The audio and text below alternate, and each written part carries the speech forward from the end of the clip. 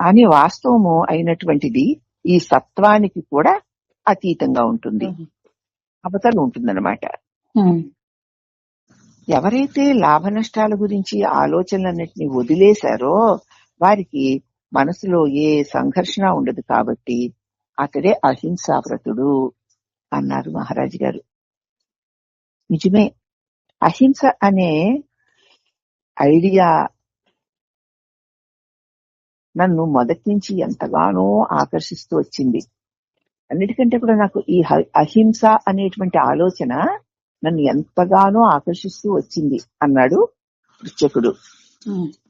అహింస అనే పదానికి ప్రధానమైన అర్థం ఏమిటంటే బాధ పెట్టకు, హాని చేయకు అని మామూలుగా లోకంలో. దీనిలో ఇంకొకరికి మేలు చేయడము, మంచి చేయడము అనేది మొదటి స్థానంలో ఉండజాలదు. దీనిలో ఇంకొకరి అహింస అంటే ఎవరిని బాధించకు, హాని చేయకు అని అర్థం. ఇంకొకరికి మేలు చెయ్యి, మంచి చెయ్యి అనేది మొదటి స్థానంలో ఉండదు. అహింస అంటే ఓం ప్రథమంగా ఎవరిని బాధించకుండా ఉండడం, ఇతరుల కష్టానికి మరింత కష్టం జతపరచకుండా బ్రతకడం, ఇతరులను సంతోష పెట్టాలని చూడడం అహింస కిందకి లోకులందరూ చూస్తారు గాని అది నిజమైన అహింస కాదు. ఇతరుల కష్టాలకి మరింత కష్టాలు పెట్టకుండా ఉండడం, ఎవరిని బాధించకుండా ఉండడం, ఇతరుల్ని సంతోష పెట్టాలని చూడడము అహింస అని లోకులు అనుకుంటారు. కానీ అది కూడా అహింస కిందకి రాదు. అంటే పృచ్ఛకుడు అన్నాడు, ఇతరులను సంతోష పెట్టడం గురించి కాదండి నేను అడుగుతున్నది, ఇతరులకు సహాయం చేయడం అనేది మాత్రం నాకు పరమ కర్తవ్యంగా కనిపిస్తుంది.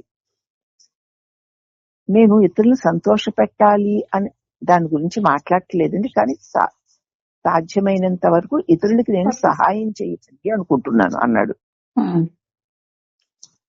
అప్పుడు నిసర్గదత్ మహారాజు గారు మరో మారు సహాయం కోరే పరిస్థితి నుంచి మనిషిని విముక్తి చెందించడానికి చేసే సహాయమే నిజమైన సహాయం. మళ్లీ మళ్లీ చేసే సహాయమే కాదు. నువ్వేమో చాలా ఉదాత్తమైన భావం కలిగినట్టు మాట్లాడుతున్నావు గాని ఇతరులకి సహాయం చేయాలి అన్నదే నా కర్తవ్యం అనిపిస్తోందండి అన్నాడు.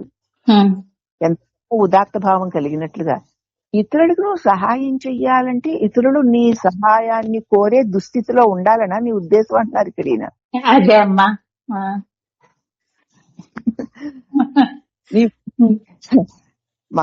ఇప్పుడు సహాయం చేసావు, ఆ కష్టం తీరింది, మళ్ళీ కష్టం, మళ్ళీ వాడు నిన్ను అడుగుతాడు, నువ్వు సహాయం చేస్తూ ఉంటావు. మళ్ళీ మళ్ళీ నీ సహాయాన్ని ఇతరులు అర్థించేటువంటి పరిస్థితి నుంచి మనిషిని విముక్తి చెయ్యడమే నిజమైన సహాయం. అది ఆకలితో ఉన్నవాడికి అన్నం పెట్టడం సహాయమే కదా, అదే చెయ్యి, ఆకలి తీర్చావు, గొప్ప సహాయమే. కానీ అన్నం కోసం ఇంకొకరిని యాచించకుండా ఉండే మార్గం వాడికి చూపించు, అది నిజమైన సహాయం. మళ్లీ మళ్లీ చేసే సహాయమే కాదు, మళ్లీ వాడికి ఏదో వస్తుంటే మళ్లీ వస్తూ ఉంటాడు. ఈవేళ అన్నం కోసం వచ్చాడు, రేపు బట్టల కోసం వస్తాడు, ఎల్లుండే ఇల్లు కోసం వస్తాడు, ఆ తర్వాత ఇంక ఏదో భోగం కోసం వస్తాడు, ఆ తర్వాత ఇంక దేనికోసం వస్తాడు. వాడు ఇంక ఇలా అడుక్కుంటూ ఎవడో ఇస్తే దాన్ని పొంది బతకాలనుకుంటాడు. కానీ తనకు తానుగా సంపాదించుకునే మార్గం వాడికి చూపించు, అదే నిజమైన సహాయం. సహాయం అవసరం లేని స్థితికి మనిషిని తీసుకు వెళ్ళగలిగితే తప్ప మరొకరికి సహాయం చేయడం గురించి ఇక మాట్లాడకు. నువ్వు సహాయం యొక్క అవసరం లేని స్థితికి నువ్వు ఏదైనా ఒక మనిషిని తీసుకు వెళ్ళగలగడం తప్ప మిగతాదేది సహాయం అన్న విషయం మాట్లాడరు అన్నారు స్వామి. అప్పుడు పృచ్ఛకుడు అంటున్నాడు, సహాయం అవసరం లేని స్థితికి మనిషిని నేను ఎలా చేర్చగలను? అలాంటి సహాయం ఒకరు మరొకరికి చేయగలిగి ఉన్నారంటారా ఈ లోకంలో? ఇతరుల సహాయం అవసరం లేని స్థితికి మనిషి ఎలా చేరగలడు? అలాంటి సహాయం ఒకరు మరొకరికి చేయగలిగి ఉన్నారంటారా అని అడిగాడు అతను. అంటే నిసర్గదత్ మహారాజు గారు అంటున్నారు, ఈ సమస్తం నుండి వేరైపోయి పరిమితమైన బ్రతకడం అనేది బాధాకరం. నీకు తెలిసి వచ్చినప్పుడు మొత్తం ఉనికితో ఒక్కటై కేవలం స్వచ్ఛమైన సత్తాగా జీవించాలని అనుకోవడము, అలా జీవించడం ప్రారంభించడము రెండూ ఏకకాలముందు సంభవిస్తే అలాంటి పరిస్థితిలో నువ్వు సహాయానికి అతీతుడు అవుతావు. చాలా చాలా గొప్ప విషయం. ఈ సమస్తం నుంచి నువ్వు అలాగా సహాయము అడిగే అవసరము లేకుండా ఒక మనిషి చెయ్యగలడా అని అడిగాడు. అప్పుడు చెయ్యగలడు. ఎలాగంటే ఈ సమస్తము నుంచి ఇది అని తెలియబడే ఎవరైనా మరి లోకంలో నుంచే కదా సహాయం అందిస్తారు. అవును, లోక విషయాల కోసమే కదా సహాయం అందిస్తారు. ఈ సమస్తము నుంచి వేరైపోయి ఇదంతా ఈ జగత్తంతా ఇంత ఉంది కదా, దీని నుంచి నువ్వు వేరుపడి ఈ పరిమితమైన బ్రతకడం అనేది బాధాకరము అని తెలుసుకుని ఇలాగ దీనికంటే ఇదంతా ఇది అని తెలియబడే ఈ ప్రపంచమంతా ఉంది, దానిలో నుంచి నేను సహాయాన్ని కోరుతున్నాను, దానిలో నుంచి దేనైనా ఆశిస్తున్నాను నేను. అవునా? ఎప్పుడైతే ఈ సమస్తంలోనూ నేను ఒక భాగమే అన్న సంగతి మర్చిపోయి ఈ సమస్తానికంటే నేను వేరు అని పరిమితమైన బ్రతకడం అనేదే బాధాకరం. అది నీ బాధకి కారణం ఏమిటంటే ఈ సమస్తమైన ప్రకృతిలో నువ్వు ఒక భాగానివి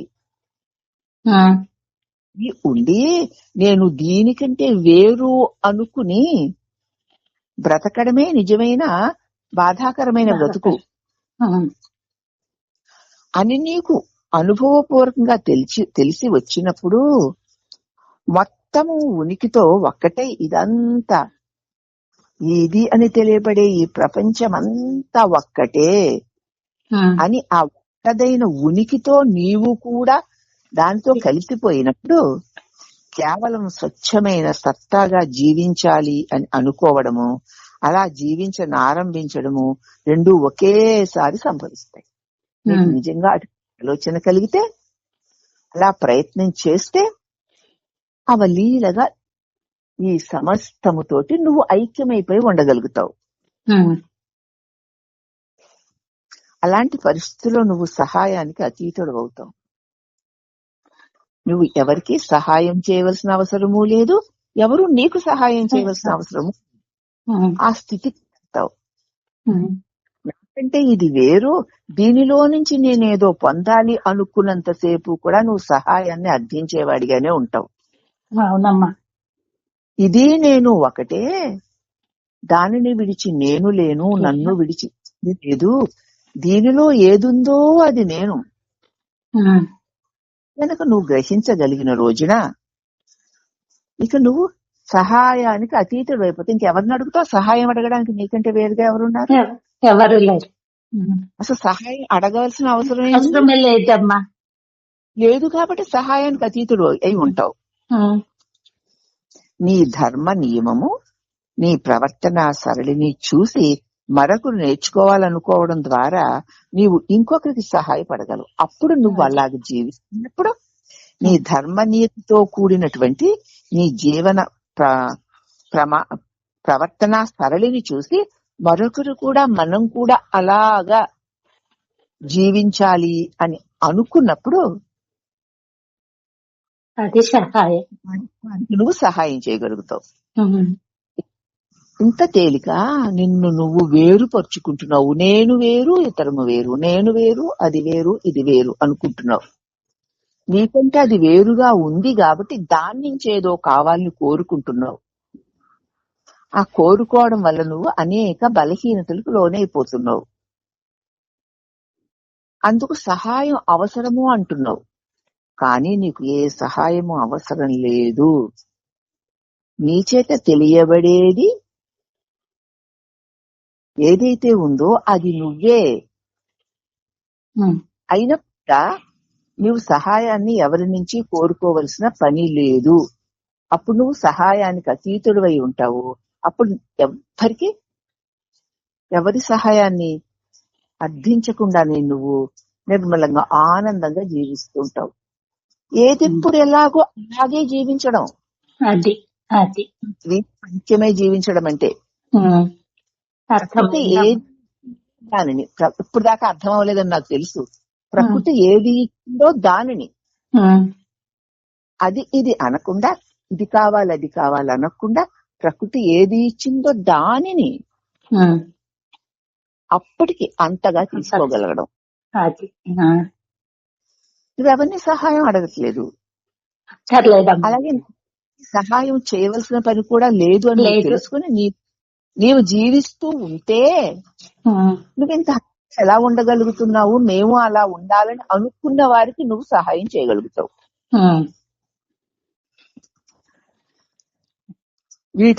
వీటికన్నా ప్రధానంగా నీ ఉనికి, నీ సత్తా ద్వారానే అధికంగా తోటి మనుషులకు ఉపయోగపడగలవు. నీ వద్ద లేనిది నువ్వు ఇంకొకరికి ఇవ్వగలిగి ఉండవు కదా. నీవు కానిది నీ వద్ద ఎలాగూ ఉండదు కదా. ఇతరులకి ఇతరుడికి నేను ఇవ్వగలవు అన్నారు మహారాజు గారు. అయితే మహారాజ్, ఈ ఉనికి యావత్తూ బాధాకరమేనంటారా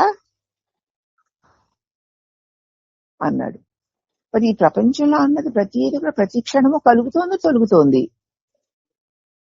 ఏదో క్షణకాలం అలా ఉంది కదా అనిపించలేదు, లేకుండా పోతుంది. ఇదంతా కూడా బాధాకరమేనా అన్నాడు.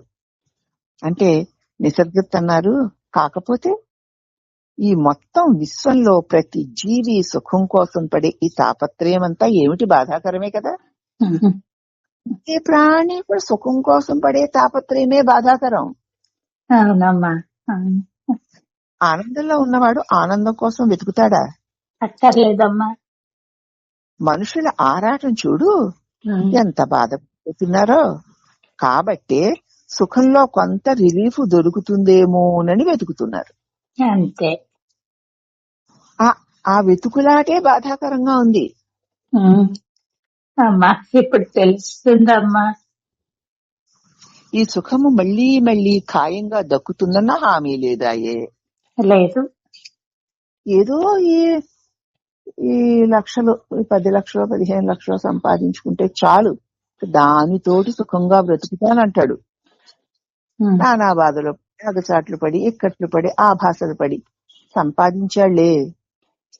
ఇక పోనీ ఏమైనా సుఖంగా ఉంటాడా?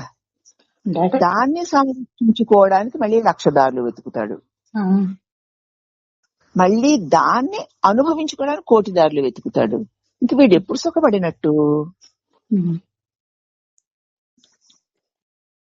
అంచేత మళ్ళీ ఎంత సంపాదించినా ఆ సుఖం మళ్లీ మళ్లీ ఖాయంగా దక్కుతుందన్న హామీ ఉంటే చాలు. సుఖాన్ని గురించి ఊహించగలిగిన మేరలో ఆ హామీ ఏమి వాళ్ళకి అంత సుఖదాయకం కాదు. సుఖాన్ని గురించి ఊహిస్తున్నావు గాని ఎవరైనా హామీ ఇచ్చినా అది ఏమంత సుఖదాయకమైంది కాదు అన్నారు మహారాజు గారు. అప్పుడు పృచ్ఛకుడు అంటున్నాడు, కట్టకడపడి స్థితిలో సౌఖ్యం ఉండే అవకాశం లేదన్నమాట.